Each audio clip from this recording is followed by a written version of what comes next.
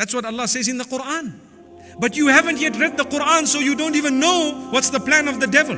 Imagine if I were to tell you, listen, there are robbers who are coming to your business. They are going to scale the wall. They will deactivate the alarms. They will come in from the north and they will actually break the window in this way. They will come in and they are planning this and this and this. And I give you the book and I say, listen, if you want to save your business, read this book. You wait, you haven't read it, nothing has happened, and you complain, hey, thieves came. And then I tell you, listen, didn't I give you a book to tell you the thieves would come and how they would steal? You say, oh, was that the book?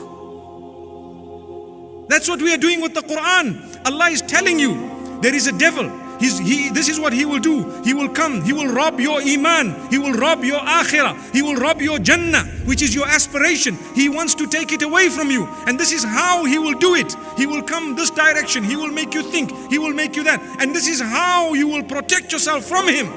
But we've never read the book. A man dies and then Allah asks him, but didn't I send you the book? He says, oh, was that what the book was all about? Okay. Send me back. Let me go and now do it. That's what the Quran says. And Allah says, too late. Too late. My brothers and sisters, we ask Allah subhanahu wa ta'ala to grant us direction, to make us strong, to make us from people who aspire for Jannah. And these petty items, yes, we might want to achieve a few things. It's not wrong to have the latest phone. I perhaps do have quite a phone that's quite latest, mashallah. It's not wrong to have the latest, but it's wrong to run after it in a way that you miss your main objective. It's wrong to run after it in a way that you miss your main objective. You miss what you're aiming for.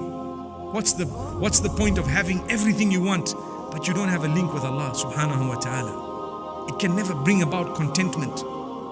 If you have Allah, you will always have contentment, even if you have nothing in terms of material items of the world. And if you have all the material items of the world, but you don't have Allah, you will never be able to achieve contentment. May Allah subhanahu wa ta'ala grant us contentment.